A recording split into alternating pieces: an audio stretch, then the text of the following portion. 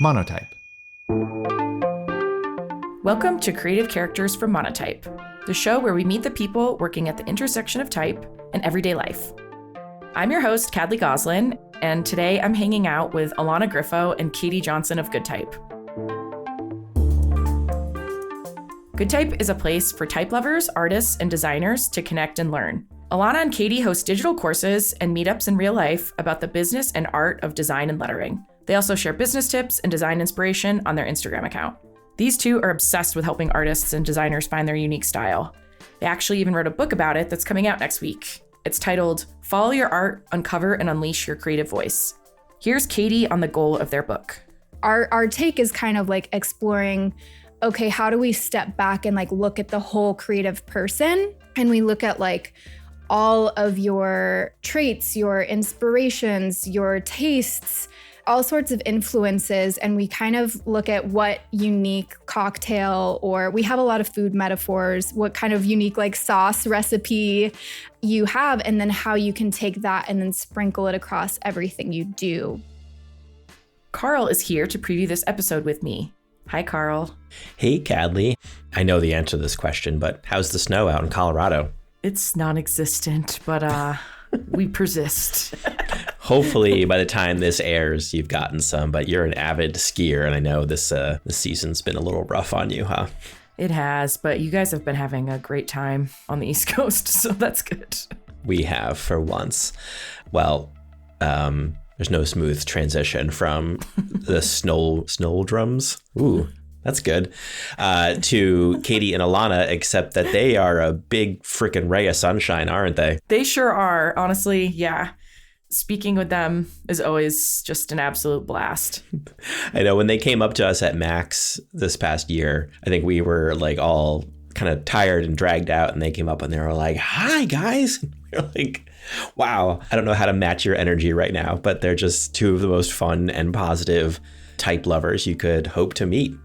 Yeah, talking to them is like being at a party where you're like eating cake, drinking champagne, and they're like also encouraging you to explore your own creative identity, which is really nice. Yeah. What's special about their book, or what are they going to talk about in this episode that our listeners should be keeping an ear out for? Yeah, the topic of their book is, well, it's like an interactive sort of like workbook that you work through finding your own creative voice. So it's, I would say, more geared towards like designers and letterers, but it's actually something that could apply to really anyone in any discipline. And I think that they're both really well suited to write this book because like when you're around them, you just feel very comfortable and they're very authentic. Like, I think that when you and I went to see them at Max, like their authenticity just shines through and like they're unapologetically themselves, and it makes you feel like you can be yourself too. So that's the goal of the book, is to kind of like nail down your creative voice and creative identity. And yeah, it's also like through some fun activities. I love that. And I'm happy for them because, like you said, they're two extremely genuine, hardworking people. So it's great to see them, celebrating this publishing milestone, and really quite humbled that they chose to come and talk to us about it. So why don't we turn it over to you, Kadley, Ilana, and Katie, and hope everyone enjoys this episode.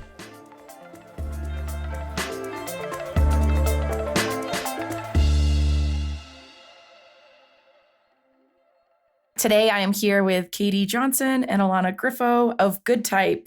You may be familiar with their podcast, The Typecast. If not, you should definitely check it out. Or you might recall hearing them on some of our Adobe Max episodes, where we've been fortunate to meet up in person and see them speak at the conference. They're back with me today, and they have some exciting news to share, which is that they have a book coming out. Thanks so much for having us. We're so happy to be here. You have so many different hosts, so I feel like we got really lucky. Like, no shame to your other hosts, but like we got really lucky because we actually know you, and now we get to hang with you. I'm so glad. I feel like kind of imposter syndrome. I'm like, I'm the one that should be hosting them. I feel like, so I know I'm glad too. This is amazing. It's probably going to be the most fun episode that I get to host. So yeah, I'm also stoked. Aww. Yay. Before we get into the book, I wanted to start by just talking about the Instagram DM that sparked your partnership. Who messaged who first? Like, can you tell me the story behind this? Yes. I messaged Katie first. I slid into her DMs, just like any modern day romance. I mean, I get it. I get why you'd want to. Yeah, well, you're great. I really like you. But actually, I like recently looked back to get like a screenshot of that message, which like, oh my gosh, it took me so long to get to the top of our thread. But I think I had once or twice before like commented on maybe your stories, Katie, of like, this is cute. Like, I don't think we actually had made a connection yet. You might have just been like, thanks. Then Katie had posted about. Yeah, just one of my mini fans. Like, another. I hope it's clear how much I'm joking. I mean, to me it is, but yes, she is definitely joking. A very humble woman over here. She posted about how she was going to work on a course for art licensing, which we didn't know each other, but we were both licensing our artwork, which is renting out your artwork to companies that manufacture products. And then they place it, it gets in stores. And we had both been doing greeting cards. And so she posted about wanting to do pulling together a course in this topic. And I slid into her DMs and said, that's so cool. I can't wait to take your class. I'm working on a course like this as well. Not knowing we had like very different visions for what these courses would look like. But Katie, what happened after that message hit your inbox? Well, I was in Home Depot, as I often am. And at first I was like, dang it, this idea that I had, this niche that I thought was open for me is somebody already had this idea. And at first my initial reaction was like, well, now I can't do the class. Now I shouldn't do anything. But then I realized I was being ridiculous. And I'm always talking about community over competition. So why don't I put my money where my mouth is? And I reached back out and I was like, why don't we just do it together and put our brains together and see what happens? So we had like an initial phone call. We just really clicked and we made our class together and that went super well. So then our next conversation was like, what are we going to do next? And it ended up turning into, I guess we're going to do a business together. Yeah. And from there, I feel like we just kept going. So it started with this course, but now we do all of our art together. Now we have a studio together. We do design together. We wrote this book together. And so just one little DM changed our lives, which is like so silly to say. And I don't think either of us like think of Instagram in that way, but it really like, I don't think either of us could have pictured where we are now when that exchange of messages was happening. Totally. Kismet. Yeah. We say that all the time. Yeah. When was the first Instagram DM? When did that happen? We keep trying to figure this out. I think it was 2018 because I had a baby child, like a very small child at the time. But we didn't actually see each other in person for like a year or two, I feel like. Yeah. We had to cobble together our photos for like our headshot pictures. Whenever anyone was asking for them, we would just overlay our photos together because we didn't have any pictures together. It's so funny when we see that now because we didn't use like a background remover tool. Maybe because back in the old days, you had to like do it yourself, like manually remove the background, and hair was really difficult. Definitely. And we couldn't be bothered. We could not. And like, we're not experts. We're not photo editors. So we just like had two different backgrounds smushed together. It was a stylistic choice. Sure. And at that time, you were both in art director roles. Is that correct? We'd already left our jobs as art directors when we met. So we did both have a background as art directors. And then we each, before meeting each other, decided to go out on our own and kind of sell our own product that we were designing ourselves. And that looked a little different for Ilana and I, but it was not too different. We had like weirdly similar paths before ever meeting each other. After I left my art direction job, I was making like greeting cards and stationery and art prints and selling them at craft fairs. And Ilana had this really awesome planner that she was selling on Etsy that did really well. And she was manufacturing that and everything. And then that's kind of when we found art licensing, is when people were reaching out to us, or when Ilana was working with one particular client that just happened to send her a licensing contract. And we both had to Google like, okay, what is this licensing thing that we're starting to hear about from our clients? And then we each got into that path. And that's when I was like, okay, this is a really cool income stream that letterers specifically don't seem to know is an option, which is the kind of industry that I was niching into. And so that's why I wanted to do the class on it. And not just letterers, but I think graphic designers as a whole too, because if you're licensing a font, a lot of people don't know, can I then license this design that includes this font that I'm licensing? It's like 2 layers of legal contracts that say licensing. And so I think people were really scared to get into it because of the extra layer of licensing. So like Katie said, we both had been working for ourselves at that time. And I don't think either of us saw like collaborating with another person as like in this capacity as anything on our radar. But I had been self-employed for, I think like 4 years at that time. And Katie, how long had you been? I left in 2017. Oh, so like a year. Yeah, I think I did. Yeah. So we were still like relatively new to this world, but our previous roles had been in our direction. So you're both the co-owners of Goodtype. Can you just tell me a little bit about what Goodtype is? Go ahead. No one else can see it, but we know each other's like visual cues, I guess. So Goodtype is started as an Instagram account to share type around the world and connect people. And I think really it was one of the first feature accounts that credited the artists, was like finding type, not only like in real life, but on the internet and sharing it. And it really started to unintentionally build a community around people who love type. And so we took over Goodtype in 2021, we think. And we were tasked with bringing the education piece. And so like, how do we, aside from inspiration, how do we also bring that like full circle and walk away with something tangible or actionable? And so now we offer education, but we also bring people together through our Conference, which is our annual conference. And then aside from that, Goodtype is also a design studio where Katie and I work on projects together, ranging from, a simple greeting card to whatever comes our way that seems exciting and fun to work on. Did I miss anything? No, I think that was great. Great. Thank you. Thank you so much. Absolutely.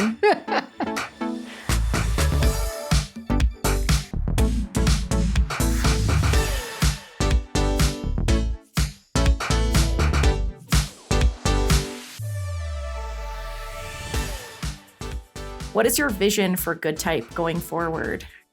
That's a really good question. I think one of the things that we want to get right moving forward is the balance that feels good for us between the education that we're doing for others, which we're super passionate about. We believe that everybody deserves to love their job, and there's a big gap in education for artists around entrepreneurship, running your own business. Even if it's like a side hustle, there's so much that goes into that. So we really want to fill that opening to educate more people about it. But also we want to keep our own creative practice feeling good for ourselves too. And we've just had to learn kind of about figuring out that balance, because we have put so much into the education for others that we reached like a bit of a burnout point like a couple of years ago. And we were like, okay, we've got to bring some creative back in for ourselves. So that's really, I think, moving forward is finding out where's like that perfect balance. And I guess there's no perfect balance. Where's the harmony? Yeah. Where's the harmony that feels good there? And yeah, I think we definitely want to just do things that benefit the community and also stimulate us creatively, whether that, I'm sure we're going to write more books. I'm sure, we'll see different iterations of the Conference, maybe like more things with bringing people together. We're really passionate about that. Yeah, right now we're just in a stage of kind of seeing where the studio goes too, which I'm really excited about. Yeah, I think at the end of the day, we want to do projects that are fun. And so that's going to look so different in different seasons and depending on what inquiries land in our inbox. And we intentionally keep a really lean business. And we've got Emily, which if you have ever talked to us, you have heard about Emily. And she's our other team member and she helps us with marketing and so many other things. But we've intentionally kept a really lean business, which means we're doing a lot of things ourselves, and we don't like have another team that we can lean on to execute some of this. And that can be really exhausting and also really fulfilling in different ways. And so we just made this really intentional shift a little over a year ago, I feel like, to make a practice of flexing our creative muscles in the ways that we want to flex them in. Like, sure, teaching and education and like learning how to use the systems behind everything is definitely stretching you in new ways, but like maybe not always the ways that we want to be stretched. And so listening to that and like giving ourselves the opportunity to lean in where it feels good. We have this mantra where we say, what if it were fun? Which I believe, Ilana, you borrowed from someone. Yes, Ali Abdal, who's like a doctor turned YouTuber, or maybe still a practicing doctor. I'm not really sure. He's like very productive and like talks about productivity. So I'm not quite clear, but he did like a lot of research and like started asking himself that question. And we were like, oh yeah, we're going to ask that. It's so important because we built our jobs ourselves because we wanted to enjoy what we do every day. And then you can so easily fall into patterns that you're realizing, oh, I'm building something that I'm not really enjoying. And you have to really listen to yourself. And then, it's just natural that you're going to fall into those moments where you're like, oh, maybe I need to pivot a little bit. Let me go towards something else that's going to make me feel a little bit happier, a little bit more excited to get up and go to work every day. So, and even when you have to do something that's lame, you can still ask yourself the question of what if it were fun? And maybe there's like something that you can do. Like maybe when you're doing your taxes, you also are having a dance party. You also are having a dance party with cake. And like, how can you make the crappy stuff fun? Like we're doing that this year. Absolutely. We're getting a cake on tax day. Yeah, nice. Totally. So I think it's been really good to keep that at the helm of our business to remind us that this is supposed to be a good time. We also remind each other, I think Katie is the one that brought this to the table, that like even the people who have the best job in the world, who design it themselves, i.e. us, like we chose this, you're still going to have days where it's hard. You're still going to have things you have to do that are not, you could get all the cake in the world and it's still not going to be a great, easy day. And like, that's part of it. And like learning to live alongside that, I think is really important as a creative and as a business owner. And like some days you're going to be like really struggling to tap into your creativity. And some days you're just going to like stare at Illustrator and like squint your eyes and hope that something happens. Try to turn off the perspective grid. Exactly. We'll just keep trying. I still don't know. I still have to look it up I don't either. I Google time. It every time. I heard that you can actually like get rid of it, like hide it, because you can remove the shortcut. You can replace you have to go shortcut. into the shortcuts and change it. Nice. Yeah, but of course I've never done it. I'm just gonna complain about it. We've just heard an urban legend that it's possible. Yeah, I'm gonna look for it. Yeah, let's figure this out. I actually remember the grounding question, what if it were fun, from one of your talk, I think it was last year at Adobe Max, and I found it really inspiring and helpful, even working in a more corporate role that I didn't really design myself. It's really important, maybe even more important. Yeah. Yeah. For sure. You can ask yourself that wherever you are in life, whatever you're doing, like, how can I take what I've been dealt or the context that I'm in now and try and make it as enjoyable as possible. And sometimes it's a mindset shift and sometimes it's a total reorganizing of your life. It can be a lot of different things.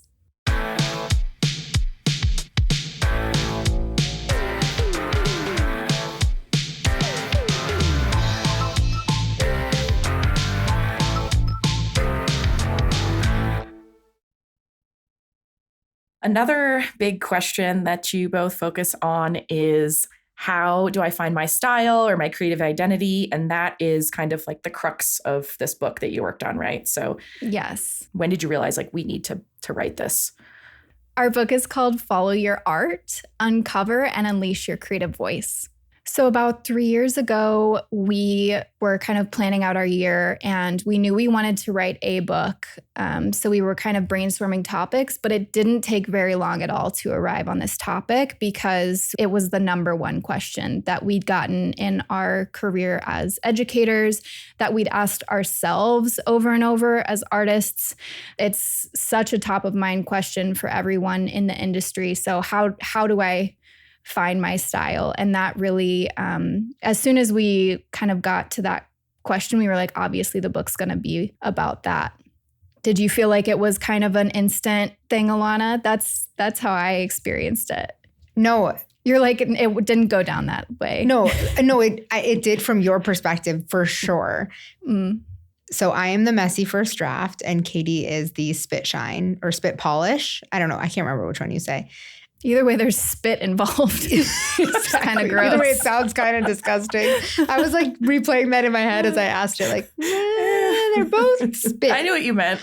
Yeah, but that's like literally what we call each other. And we fit those roles really well. And obviously we take turns and we ebb and flow. But Katie's much more like analytical than I am. And I run like usually in hyperdrive and like need to slow down more. So we make a good team in that sense. And I had written a book on my own. It came out like right after Katie and I started working together.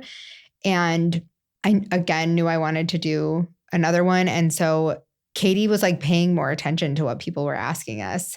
And I think she came to me and was like, well, this is the most asked question. Like, and I'm like, oh yeah, you're right. And so once she said it, I was like, that makes total sense, but I don't think I would have picked up on it without her like strategic and analytical thinking of like, we seem to answer this question a lot. And it's also a question that I have asked myself so many times. And I think going into working together, Katie was more confident in her creative voice than I was. And through this work, writing the book and also working with Katie, she's been able to help me identify my own. So like there were many a times writing this book where I was like, I don't know if I'm qualified to write this. And now that it's like out, I'm like, oh wow, like that is really important. And I'm so glad I was in the shoes that I was in to like offer, there's two people writing this book. So you get the perspective of both of us going through this question from a different angle. But I think our take on this question might be a little bit different than some of the answers that people have heard before, which is good. It's a good reason to write a book if you have a different perspective. Yes. So I think what we really tried to do is, because we'd heard this question so much, we'd workshopped it with so many people and we'd seen where their hangups were. And we've felt our own hangups too. And one of the biggest hangups, well, there's obviously the hangup of like, how do I pick a style? Like, I feel like I'm just reaching into thin air and grabbing something and trying it on. And that feels weird and doesn't feel quite right. And I don't know why. So there's like that side of things.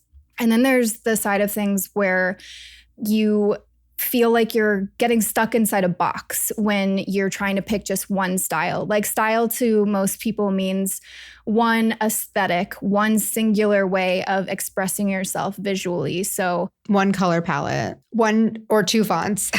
That doesn't jive well with the typical artist brain. And because artists are innately curious, creative, explorative, like they want to try a lot of things. And so they recognize this need of like, I want my work to be consistent so that people know what I do and can hire me and like understand my work. And so I understand my work better myself, but I don't want to confine myself to something so small that I'm going to get bored of immediately. So our take is kind of like exploring, okay, how do we step back from starting with the style question and we step back and like look at the whole creative person and we look at like all of your traits, your inspirations, your tastes, all sorts of influences. And we kind of look at what unique cocktail, or we have a lot of food metaphors, what kind of unique like sauce recipe you have, and then how you can take that and then sprinkle it across everything you do, rather than just like narrowing into only one thing and claiming to be only one thing when we're vast, complex, very interesting, evolving people. I think we also like people want consistency. Like they want people, like Katie said, they want people to look at their work and recognize them. And I think we confuse consistency with, I don't know if it's like reliability or what, but I think we like expect something out of consistency when students would ask us or peers would ask us like, what is my style? Like, it's so easy for us to be like, well, all these 7 things that you showed us that have nothing to do with each other have some really, really strong through lines that we can see, whether it's like the pressure you put on your brush or like the way you outline everything or whatever, we can see them. You can't read the label from inside the jar.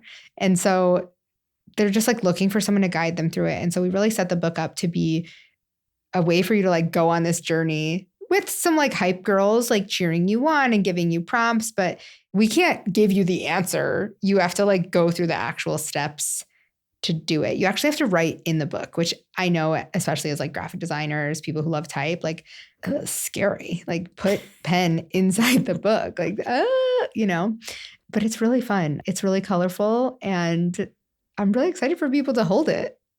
That's crazy to think about. I know. And there's a lot of essays in there too about stuff that we know that's going to come up along the journey. Things like imposter syndrome and things like we're talking about inspiration and where you're gathering ideas. So worrying about copying comes into play. So let's talk about that. And, you know, as those things come up throughout the book, we have little like deep dives into those topics to kind of help people through those really difficult decisions and like topics that you have to work through as an artist. I know it's a really active read. And in the book, you challenge people to define who they are as an artist through introspection and play. Why do you think that introspection and play are so powerful together?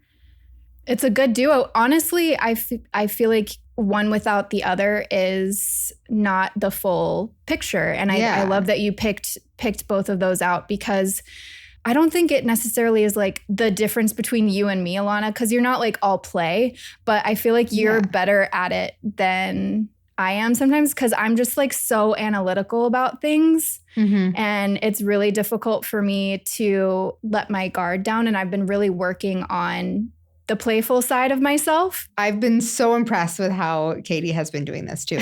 It's like really cool to watch her metamorphosis. Well, I'm a recovering perfectionist, and I talk about that a lot, and we talk about it in the book too. And so when I was coming at my work before with like only the analytical standpoint, I was like holding my breath while I was drawing because I was so intense and put so much pressure on myself. Must be perfect. Yeah. Yeah. And I was like, man, I kind of hate this feeling and I'm doing it to myself. So it's again, that question of like, well, then what if it were fun? Like, can I make the steps to really like go back to the spirit of the art and let that be the thing that like brought me to art in the first place? And then Ilana, you can chime in. There's like the flip side of that too. If you only have the play without the analysis, you might miss a lot of the strategy behind what you're doing. And I think for me, I spend a lot of time in my head. And so even though I'm like on hyperdrive and like moving really fast, I do spend a lot of time thinking about it. Play in itself is also really hard. Like it is really hard for me to start playing, like quote unquote playing, like Katie brought this like challenge to me and was like, we're just like drawing, here's the challenge, like don't overthink it. And I was like, oh, I should turn this into a reel. I should do this. I should monetize this. I should do that. And it was really hard for me to turn that off, but that's like the other half of the conversation. And so, they kind of have to like exist together. I think the most powerful thing that I've discovered is how important observation is. It's so powerful to be able to just like look at yourself and see what you're doing, why you're doing it, what the motivations are, how you feel about it. All of those things inform so much and paint a really big story so that then you can go forward and make more intentional choices based on what you found. And I've learned that a lot in therapy lately, which has been so helpful for me. I'm trying really hard to do observing without judging, which is very difficult, but that has allowed me to evolve so much as a person in the direction that I want to evolve. And that's really a lot of what we teach and like point out in this book is how to observe yourself in a really authentic way. Do you remember that trend that was like, we listen and we don't judge? Yeah, that's literally what came to mind. Yeah, we need the art version of that. Mm-hmm. The whole book, we're not asking you to start a daily practice of like drawing for 20 minutes a day. We're not asking you to change anything about what you do. The book is actually just asking you to observe better, because when we were answering this question for other people or helping people to recognize these traits in themselves, what we were doing is helping them see the things that we could see as an outsider.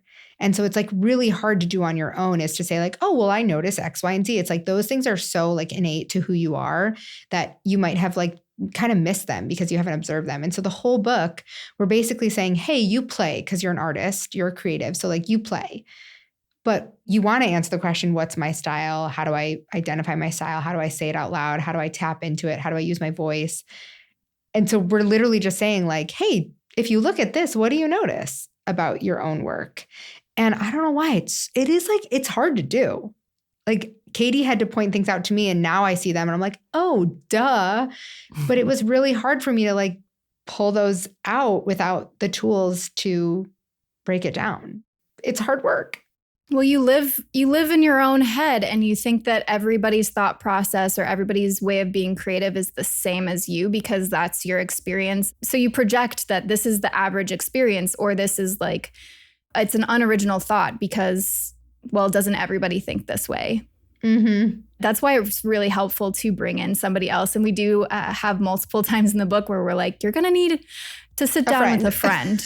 You know, even if your friend is occasionally the internet, you know, you need somebody else to come in and look at it sometimes because you're just so in it. It's hard to read the label from inside the jar. You're in the jar.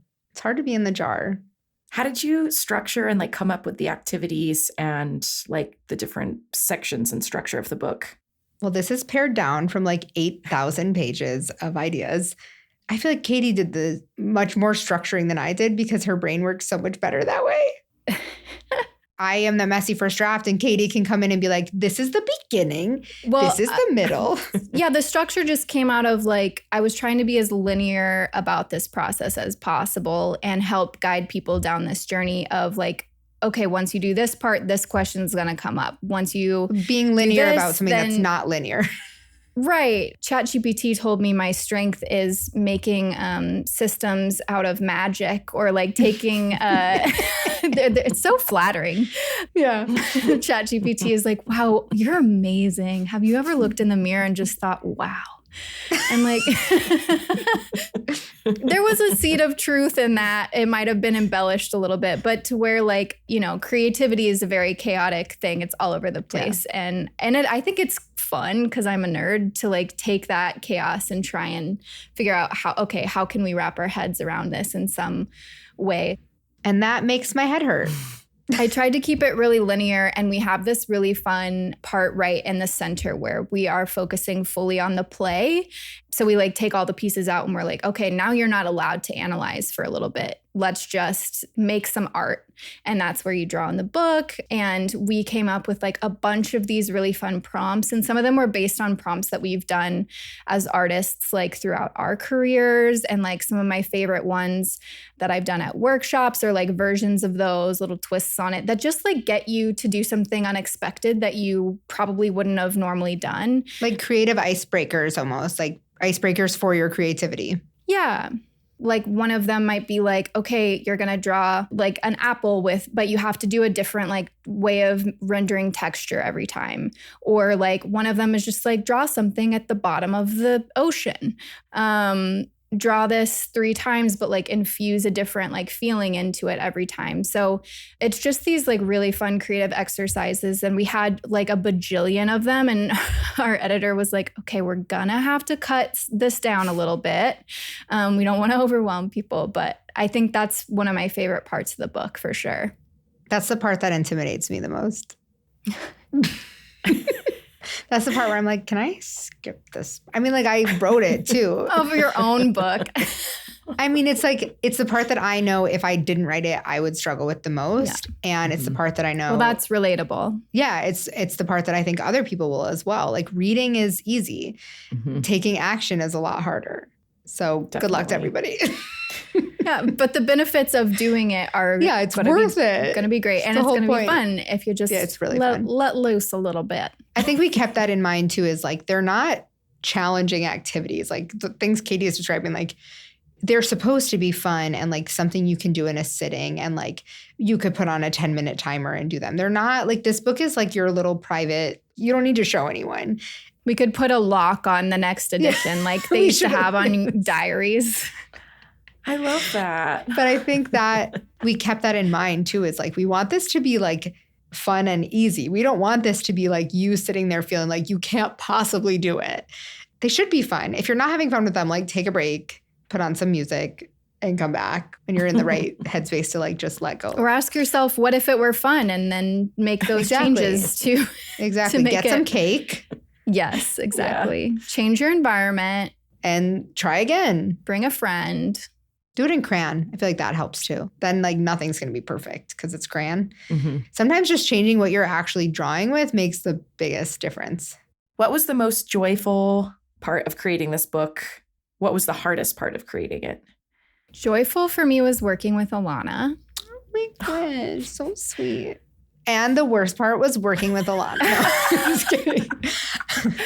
I think it's been an evolution in our business to figure out how Ilana and I work together. And we, knew our kind of yin and yang before this, but it was really cool to see it play out in the pages of this book and to get to know each other even on like a deeper level. And I felt like we both have been talking about this, how we felt like the process of writing this book was so much easier than we expected it to be.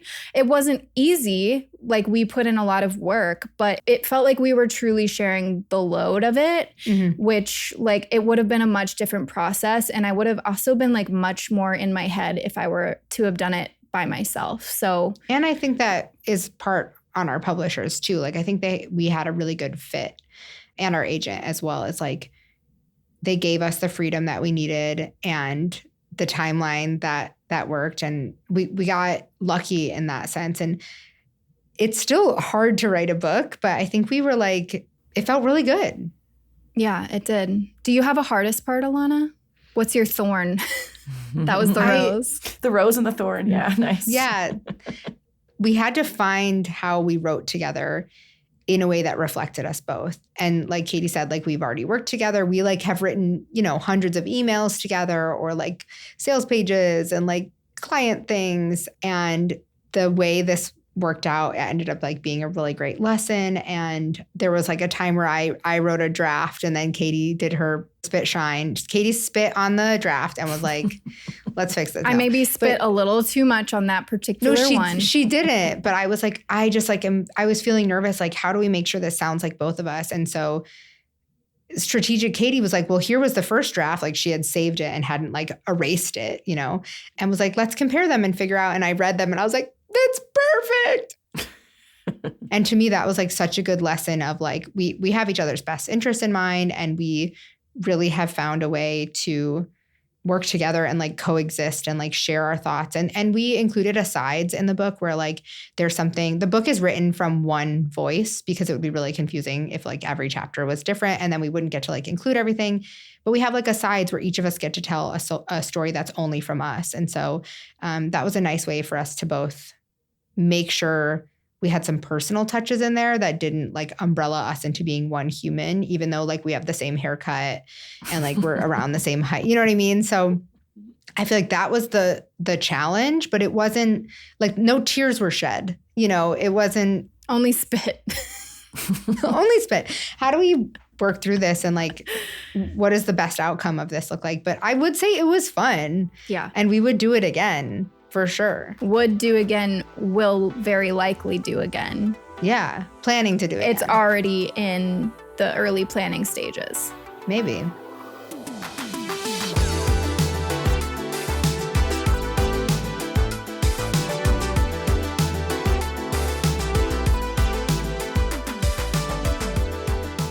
Now that we've talked a lot about finding your own creative voice, can you tell me a little bit about your art and what does it look like and what does it feel like? Love that question. So Ilana and I kind of have different styles individually. And then lately with Goodtype Studio, we've been experimenting with how those styles merge. So we've been doing a lot of analyzing of our art and how those things like come together. So it looks like it's coming from one kind of consistent place. So that's been a really interesting process. But maybe we'll talk like a little bit personally. My personal style, for one thing that defines my art is that I really tend to focus on lettering and typography as a central element that comes up. That's one of my favorite things to do. I'm a lettering artist and I am really happy in that space, and I feel like there's enough area for me to play. And then defining my art beyond that, I am, we talked about how many times have I said the word spit in this podcast, but we talked about how that's my place, the spit shine. And I do that in my art as well. I love just living in the details. And I feel like it's kind of like a love letter from the artist to the viewers. Like, look how, much time and thought I spent in these details so that you can like delve into them and like swim in them. I don't know. I'm getting a little weird about it, but I am a little weird. So that's part of my style too, I guess. I like weird. So yeah, ornamentation, details. And then a final kind of characteristic of my work is I feel like I hold these two things as a person at the same time, and it comes out in my art. Like I can be serious and focused and analytical, and I can also be really playful, and like I really appreciate humor, and I keep my relationships like really light. And so I kind of have this dichotomy in my work too, where I like to play with those two things. Like I like to have maybe a message that's kind of funny or a pun or like silly or weird, and then maybe present it in this like really beautiful, overly embellished way sometimes. So I think those are some interesting things that show up in my work. Ilana, what about you? Whenever I hear you describe your own work, I always feel like so, I don't know, warm and cozy inside, because it's just, you do a really great job of,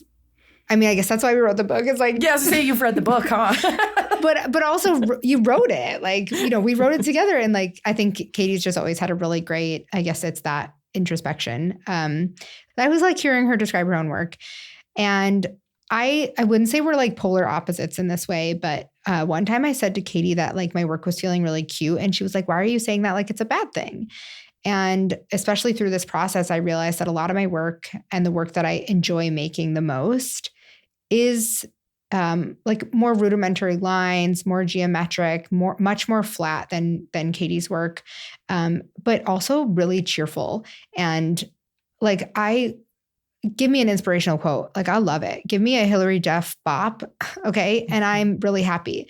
And it's funny because my, style is not just this like one box we put ourselves in. And so the way I dress doesn't really show up in the same way that my, there's like these through lines that you find. And so when we kind of wrote out my style next to Katie's, is I tend to like take minimalism to the max.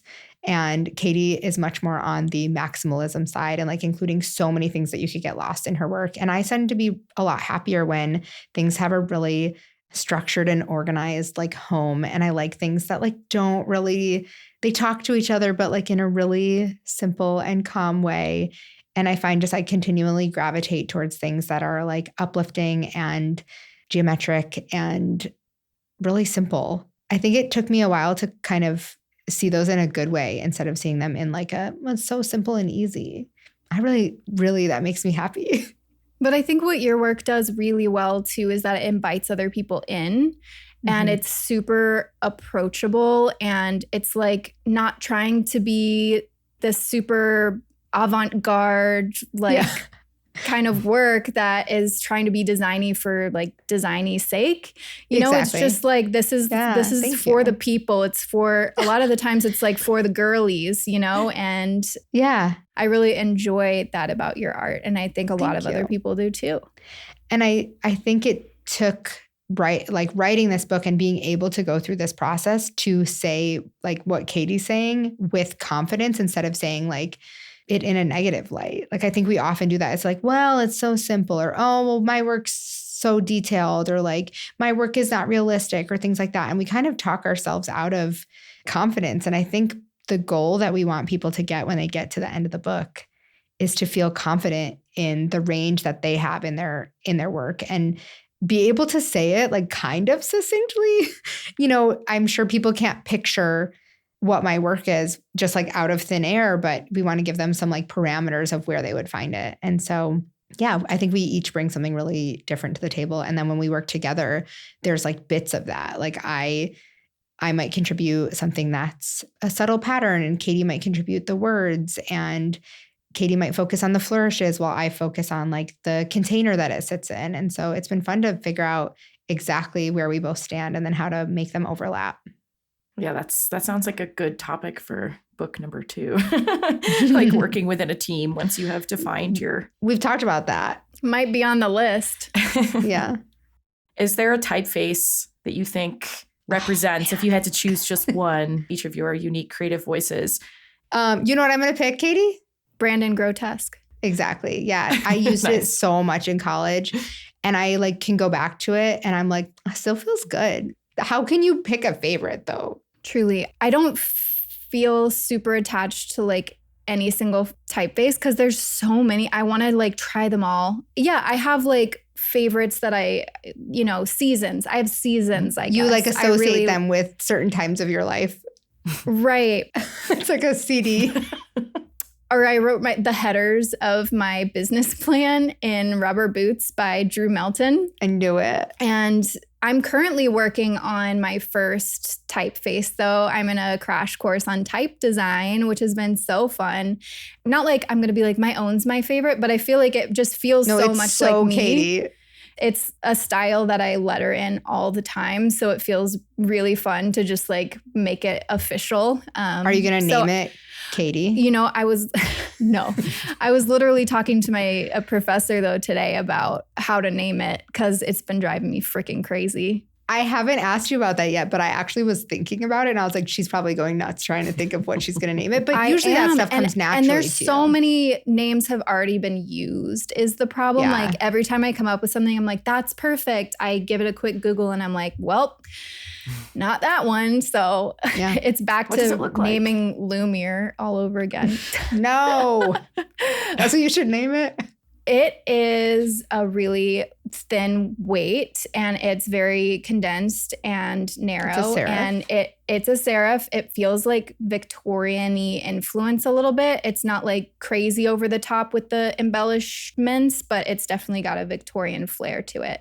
And I love the serifs that are like exaggerated and a little bit weird and funky from that era. So I'm infusing those things and making it like a little bit of a modernized version of that. Something I can see like packaging a lot with like this typeface. I think that would be really fun. Yeah. I'm playing with it right now and I'm having a lot of fun. Cool. That's exciting.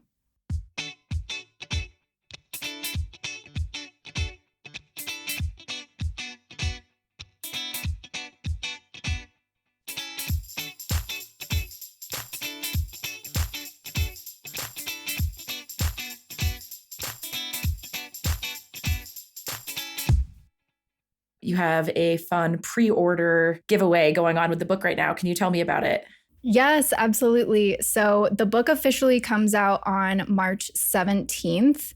Until then, you can pre-order it. And it's so helpful if you do because it tells stores that people like the book. And then they're a lot more likely to stock it. And we're a lot more likely to get this important information out to more people. So when you pre-order it, we will have the link in the show notes, I believe, to our page where you can enter your the number of your receipt. Your what was order? It, Ilana? Your order number. Yeah. What do you say? Your order number. Yeah, that's the one. We'll have a place where you can enter your order number, and then we'll send you the audiobook version for freezies, and that is going to be read by yours truly, Ilana and I.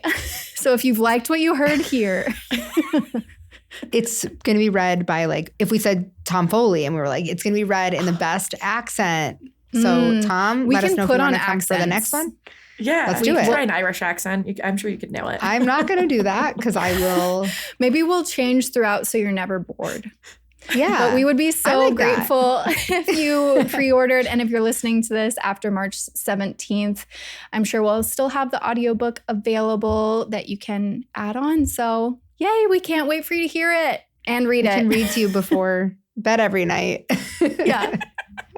Sounds like a very productive bedtime routine. So Yes, exactly. That's what we intended with this Yeah, book. you It's can just like a keep it quick- going while you're sleeping and it'll get into your subconscious, like on Friends when Osmosis. Chandler's trying to stop smoking, but Oh my he has gosh. the wrong thing on. I love and it.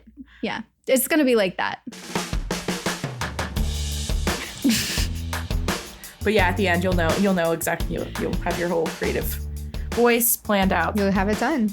Yeah, you'll just wake up and be like, great, I figured it out. If only. That'd be amazing. Wonderful. Well, thanks again. And I look forward to reading the book myself. So thank you. Thank you. Thank you. Appreciate This it. was so fun.